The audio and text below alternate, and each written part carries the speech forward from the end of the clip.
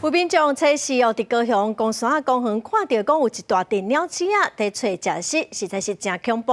当地里长是表示讲，可能是因为附近有2个菜市仔，才有遮尔侪鸟鼠仔。公园处嘛讲会来加强附近环境的消毒。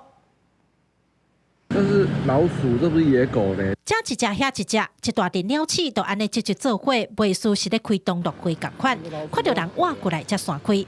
民众测试饭店来到公山公园边仔食宵夜，看到公园涂骹有物件在叮当，行较挖较看，竟然是120只鸟鼠。伊将这画面翕落来，放伫网络问大家，这款的环境卫生敢真正有做好？小汉的，我食豆奶，看对面规涂骹拢鸟鼠啊，一斗10几只，伊毋是散的，聚在一起的，足恐怖的。我问遐个卖豆奶的，伊讲好10几年拢安尼。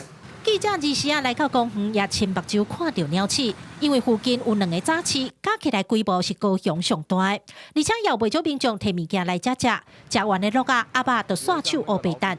食物来源充足，当地里长表示，鸟鼠真歹治。去年市府拢总才来放2解桥啊，伊希望会当搁加强防治。希望市府单位会当针对这鸟鼠啊部分，搁遮个街友部分的粪扫。食了捌乌白蛋，才会当赶紧定期来消毒来防查呢。公园处将加强公园环境清洁，并呼吁民众于公园内用餐完毕，应将食物及垃圾带走，共同维护公园环境清洁。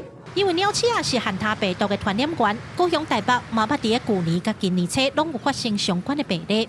市府除了会来加强附近环境的消毒，也呼吁民众共同来维护居家附近的环境整洁。记者柯家如、邱朝阳高雄采访报道。